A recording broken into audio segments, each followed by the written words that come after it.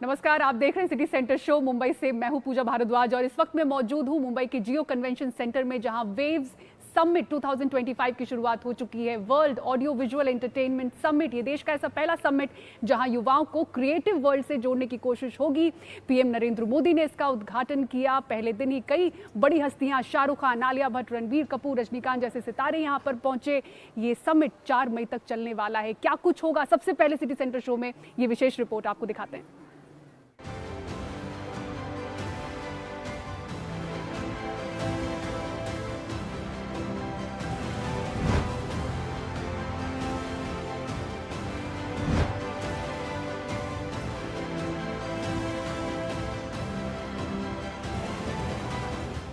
ये है global creativity का महाकुंभ।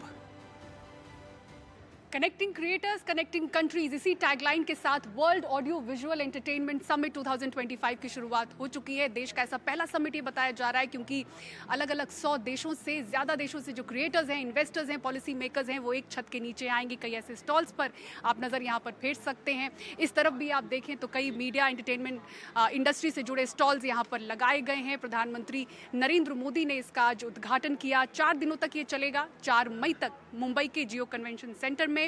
और अपने संबोधन में प्रधानमंत्री नरेंद्र मोदी ने कहा कि वेव्स इसे एक छोटा शब्द न समझें, ये एक लहर है कल्चर की, क्रिएटिविटी की और यूनिवर्सल कनेक्ट की। वेव एक ऐसा ग्लोबल प्लेटफॉर्म है जो आप जैसे हर आर्टिस्ट, हर क्रिएटर का है, जहां हर कलाकार, हर युवा एक नए आइडिया के साथ क्रिएटिव वर्ल्ड के साथ जुड़ेगा। इस ऐतिहासिक और शानदार शुरुआत के लिए मैं देश विदेश से जुटे आप सभी महानुभावों को बहुत बहुत बधाई देता हूं। इस सम्मेलन में फिल्मी दुनिया के चमकते सितारे भी थे। शाहरुख खान ने कहा कि इस पहल की वजह से जब रचनात्मक लोग जुड़ेंगे तो नई ऊर्जा आएगी। I think you always need, this is, first of all, it's outstanding that this initiative has come from the Honorable Prime Minister himself and he took the initiative. Otherwise, film industry वाले तो यही रोते रहते हैं कि हम तो industry status कब दोगे, industry status कब दोगे. With waves, I think 2-3 things can happen. I think one, this is my point of view, which I was discussing backstage before I came in, that one, I think shooting processes in India should become easier, not only for us, Indian filmmakers, but also for people who would like to come from abroad and shoot in this country. I think that, because India has so much to offer. It is so culturally rich, it is so beautiful, and I think, it's wrong that we, of course, we also go abroad and shoot, but can we invite people, atithis to come here? The second part of it is, when these festivals happen, I don't know much, I've just been to one of them, when they have these trade exchanges and films are sold all over the world, Indians, every 5th person in the world is Indian. That means we are in every corner of the world. Our films need to be taken there.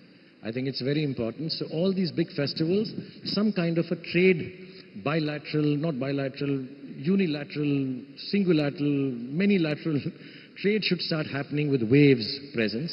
Waves 2025 Asia में अपनी तरह का सबसे बड़ा शिखर सम्मेलन है, जिसमें दुनिया भर से रचनात्मक लोगों, उद्योग जगत के दिग्गजों और नीति निर्माताओं को एक साथ लाया गया है, जो कि फिल्म, गेमिंग, ओटीटी, संगीत, डिजिटल एड्स, एनिमेशन और इमर्सिव तकनीक में साझेदारी को बढ़ावा देते दिखेंगे। वेव समिट एक ऐसा प्लेटफॉर्म है जहां पर मनोरंजन जगत से जुड़े हर पहलू और हर इंडस्ट्री को दर्शाया गया है। मेरे बाईं ओर अगर आप देखें तो यहाँ पर नेटफ्लिक्स का स्टॉल है, जो कि एक ओटीटी प्लेटफॉर्म है जहाँ पर दुनिया भर की फिल्में और वेब सीरीज़ दिखाई जाती हैं। और मेरे दाईं तरफ यहाँ पर है सारेगामा का स्टॉल, और सारेगामा आप जानते हैं सबसे पुरानी म्यूज़िक कंपनी है हिंदुस्तान की। 1901 में इसकी नींव रखी गई थी। हमारे साथ इस वक्त सिद्धार्थ आनंद हैं, जो कि वाइस प्रेसिडेंट फिल्म्स और इवेंट के देखते हैं। सिद्धार्थ, बहुत बहुत शुक्रिया बात करने के लिए। सबसे पहला सवाल तो ये कि ये जो आपने एक थिएटर क्रिएट किया है जिसमें आप इतिहास, हिस्ट्री इंडियन सिनेमा की दिखा रहे हैं, ये क्यों जहन में आए कि इसको दिखाया जाए यहाँ पर? सर, ये तो इस वेव्स फेस्टिवल का थीम ही है कि हमें इंडियन स्टोरी टेलिंग को दुनिया के पास लेके जाना है। और अगर हम देखें, जब हम ये सोचने लगे तो हमें यही जहन में आया कि ये तो हम इंडिया में शुरू से ही कर रहे हैं। All the great stories, all the great epics India से निकल रही हैं। मुझे याद है जब मैंने स्टार वॉर्स देखी थी तो पता चला कि जॉर्ज लूकस ने बहुत सारा प्रेरणा महाभारत से लिया है। तो इस रूट में हमने शुरू किया सोचना। यहाँ साउथ इंडिया की फिल्म इंडस्ट्री और बॉलीवुड के दिग्गज कलाकार एक छत के नीचे इकट्ठा हो रहे हैं।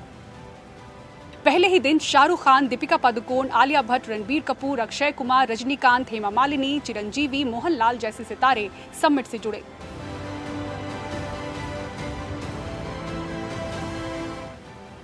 पीएम मोदी ने भारत की पहली फीचर फिल्म राजा हरीशचंद्र की भी याद दिलाई और कहा कि एक सदी में सिनेमा ने भारत को दुनिया के कोने-कोने में पहुंचाया। आज से 112 साल पहले 3 मई 1913 भारत में पहली फीचर फिल्म राजा हरिश्चंद्र रिलीज हुई थी। इसके निर्माता दादा साहब फाल्के जी थे और कल ही उनकी जन्म जयंती थी। बीती एक सदी में भारतीय सिनेमा ने भारत को दुनिया के कोने कोने में ले जाने में सफलता पाई। सिर्फ फिल्म और एंटरटेनमेंट ही नहीं बल्कि इस समिट में एनिमेशन, गेमिंग, संगीत, डिजिटल एड्स फील्ड से जुड़े लोगों के बीच भारत की हैसियत और ग्लोबल साझेदारी की ताकत भी दिखेगी। Create in India, create for the world का ये सही समय है। तो वेव समिट में मीडिया एंटरटेनमेंट के कई स्टॉल्स लगे हैं और एक स्टॉल एनडीटीवी के भी नाम है। चलिए अंदर आपको लिए चलते हैं। एनडीटीवी के तमाम ऐसे बड़े कवरेज एनडीटीवी के इतिहास के आपको यहाँ पर नजर आएंगे। सच्ची झूठी खबरों का फैक्ट चेक भी आप यहाँ पर कर सकते हैं स्टॉल में। और सबसे खूबसूरत कॉर्नर है ये, जहाँ पर किसी को अगर न्यूज़ एंकर बनने का मन हो तो यहाँ पर आए और न्यूज़ स्टूडियो का भी एक्सपीरियंस आप कर सकते हैं। मुंबई में जियो कन्वेंशन सेंटर से प्रशांत सिसोदिया के साथ पूजा भारद्वाज, एनडीटीवी इंडिया। बढ़ते हैं आगे और अब बात करते हैं पहलगाम आतंकी हमले की। इस हमले के बाद महाराष्ट्र की एजेंसियां भी सतर्क हैं। इस हमले को लेकर महाराष्ट्र साइबर सेल ने भी एक रिपोर्ट तैयार की है। आपको दिखाते हैं ये रिपोर्ट।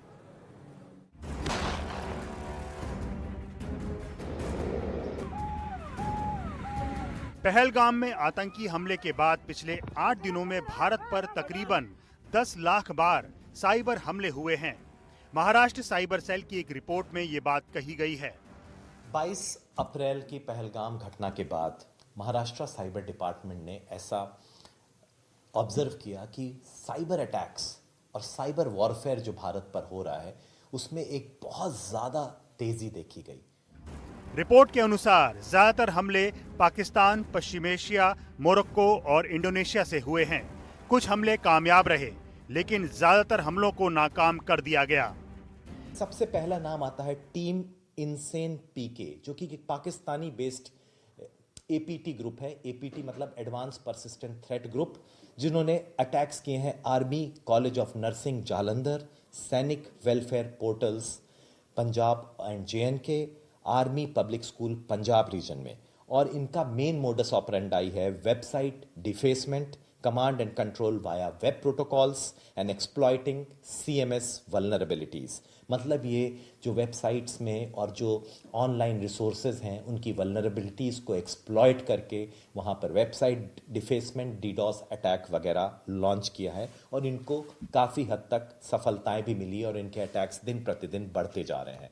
इसके अलावा बांग्लादेश का एक ग्रुप है जो कि बहुत ज़्यादा एक्टिव हो गया है साइबर वॉरफेयर में। उसका नाम है मिस्टीरियस टीम बांग्लादेश, जिसको हम MTBD भी बोल रहे हैं, जिसने मेजर अटैक्स जो किए हैं वो डीडॉस एंड DNS फ्लड्स। मतलब सिस्टम में इतनी ज़्यादा रिक्वेस्ट डाल दो किसी IT सिस्टम में कि वो क्रैश हो जाए। गोल्डन फैल्कन मिडिल ईस्ट, जो कि बेसिकली मॉलवेयर एम्बेड कर दे रहा है इंडिया के कई IT रिसोर्सेस पे।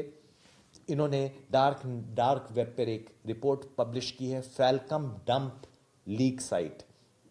इसके अलावा dark spot team and Moroccan dragons, जो कि नॉर्थ अफ्रीका का एक ग्रुप है। सारे क्रिटिकल इंफ्रास्ट्रक्चर वल्नरेबल हैं और उन पे अटैक लॉन्च किए जा रहे हैं। जो मैंने 1 मिलियन अटैक्स किए उसमें रेलवेज भी हैं, बैंकिंग सेक्टर्स भी हैं, क्रिटिकल इंफ्रास्ट्रक्चर भी हैं, लेकिन उन पे अभी तक अटैक उतने सक्सेसफुल हो नहीं पाए हैं। जहाँ की साइबर सिक्योरिटी वीक है, ऐसे सिस्टम्स पे उनके अटैक बहुत ज़्यादा सक्सेसफुल हो गए हैं। और जो डार्क नेट में लीक्स दे रहे हैं, जैसे कि इंडियन टेलीकॉम सेक्टर का बहुत बड़ा टेराबाइट्स ऑफ डेटा इन्होंने क्लेम किया है कि इन्होंने डार्क नेट पर लीक कर दिया है। तो इसका ये मतलब है कि हमें अपनी जो वल्नरेबिलिटीज़ हैं, साइबर सिक्योरिटी बढ़ानी है अपने सिस्टम्स की, उनकी वल्नरेबिलिटीज़ को पैचअप करना है, और साथ ही साथ साइबर सिक्योरिटी ऑडिट्स हर एक क्रिटिकल इंफ्रास्ट्रक्चर के साइबर रिसोर्स को करना ही चाहिए। शैडोज ऑफ पहलगाम रिपोर्ट में हमला करने वालों की भी जानकारी है और जिन पर अटैक किया गया है उनकी भी जानकारी है। महाराष्ट्र साइबर सेल जल्द ही अपनी रिपोर्ट एजेंसी को सौंप देगा।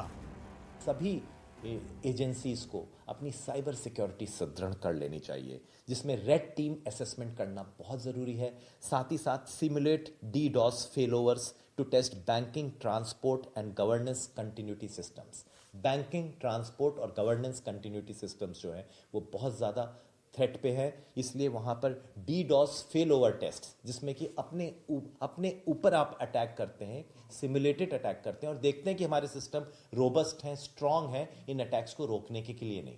DDoS मतलब है डिनायल ऑफ सर्विस अटैक। जैसे जैसे दुनिया में टेक्नोलॉजी का इस्तेमाल बढ़ रहा है, वैसे वैसे जंग के तरीकों में भी बदलाव देखा गया है।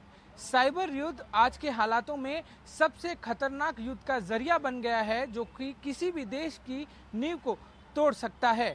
महाराष्ट्र साइबर द्वारा बनाई गई रिपोर्ट सुरक्षा एजेंसियों के लिए आंख खोल देने वाली है, वहीं भारत में सुरक्षा बढ़ाने को एक सबसे बेहतरीन मौका भी दे रही है। मुंबई से कैमरामैन अर्जुन चिखले के साथ पारस दामा, NDTV इंडिया के लिए। पहलगाम में हुए आतंकवादी हमले के बाद पाकिस्तान के खिलाफ जो विरोध के सुर है वो देश भर से उठ रहे हैं। राजस्थान के भरतपुर की बात करें तो यहाँ विरोध का अनोखा अंदाज नजर आ रहा है। जो किसान हैं उन्होंने पाकिस्तान को पान के पत्ते भेजने से इनकार कर दिया है। देखिए पूरी खबर। पहलगाम में हुए आतंकी हमले के बाद देश का हर नागरिक अपनी अपनी तरह से पाकिस्तान का विरोध कर रहा है। राजस्थान के भरतपुर में किसानों ने एक बड़ा कदम उठाया है।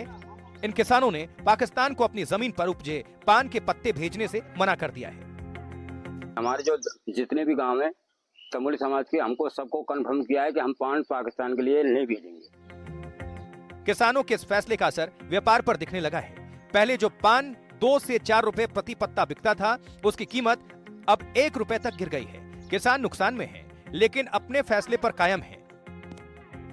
पहले जाता था, अब बंद कर दिया। क्यों बंद कर दिया आपने? अब ये युद्ध चल रहा है, इसकी वजह से। ये जो आतंकी हमला हुआ है, हाँ। तो आप लोगों तो काफी घाटा भी जाएगा ना? तो घाटे को तो सहन कर लेंगे हम। भरतपुर के किसानों का यह फैसला बता रहा है कि जब बात देश प्रेम और राष्ट्रीय एकता की हो तो व्यापार मायने नहीं रखता है।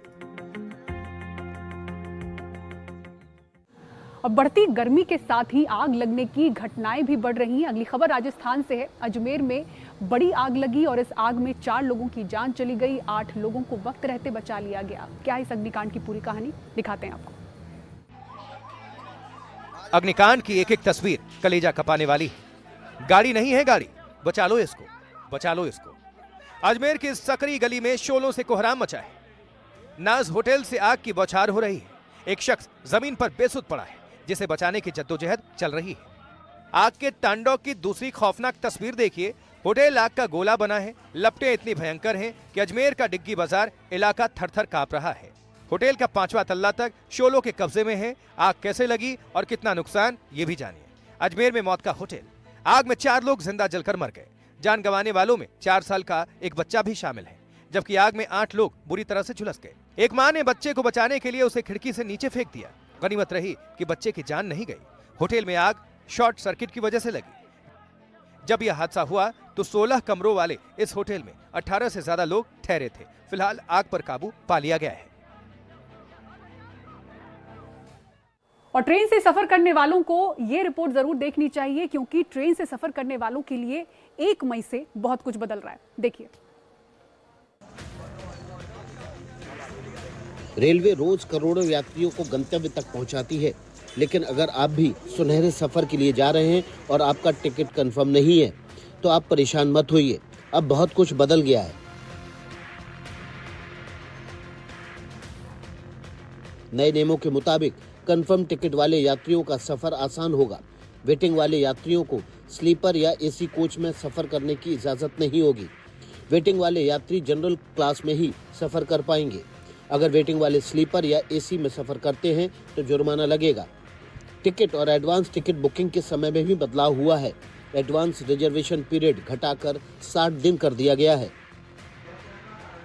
रेलवे ने नियमों में बदलाव यात्रियों की सुविधा के लिए किया है। रेलवे का कहना है कि ये कदम रेलवे प्रबंधन में सुधार लाएगा।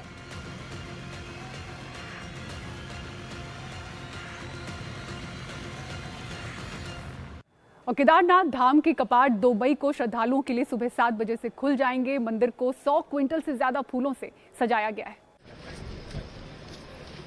इसके अलावा आईटीबीपी, सेना और पुलिस की भारी सिक्योरिटी है। वहीं श्रद्धालुओं का कहना है कि उनका सौभाग्य है कि वो यहां पर आकर सेवा भी कर रहे हैं और दर्शन भी करेंगे। केदार सभा के पूर्व अध्यक्ष विनोद शुक्ला ने कहा है कि बाबा के कपाट खोलने के लिए सभी तरह की विधि विधान से तैयारी पूरी हो चुकी है। कपाट खुलते ही दिव्य ज्योति के दर्शन करने का सौभाग्य सबसे अद्भुत और अनोखा होता है। इसी खबर पर ज्यादा जानकारी दे रहे हैं हमारे सहयोगी किशोर रावत। 2 मई को सुबह 7 बजे केदारनाथ धाम के कपाट खोल दिए जाएंगे। श्रद्धालु अगले 6 महीने तक यहां पर भगवान की पूजा अर्चना कर सकेंगे। केदारनाथ धाम की बात करें तो इस बार केदारनाथ धाम को भव्य तरीके से फूलों से सजाया गया है। यहां पर अभी भी काम चल रहा है और ये पहली बार हो रहा है कि पूरा मंदिर, भगवान का मंदिर फूलों से सजाया गया है और लगातार यहाँ पे काम हो रहा है। एक 100 क्विंटल से ज़्यादा यहाँ पे फूल लगाया है। सुरक्षा की बात करें, आईटीबीपी की यहाँ पे सुरक्षा, हथियारबंद यहाँ पर सुरक्षाकर्मी हैं, आईटीबीपी है, यहाँ पर सेना है, पुलिस है। चूँकि पहलगाम के हमले के बाद सुरक्षा बेहद ज़रूरी हो जाती है। इसके अलावा अगर बात करें तो श्रद्धालुओं की संख्या बहुत ज़्यादा होती जा रही है, चूँकि श्रद्धालु यहाँ बड़ी तादाद में आ रहे हैं। मैं कई सालों से आ रही हूँ और इस बार मैंने प्रण किया था कि मैं नंगे पैर यहाँ तक आऊँ और बाबा का आशीर्वाद है कि पैर में एक छाला तक नहीं पड़ा।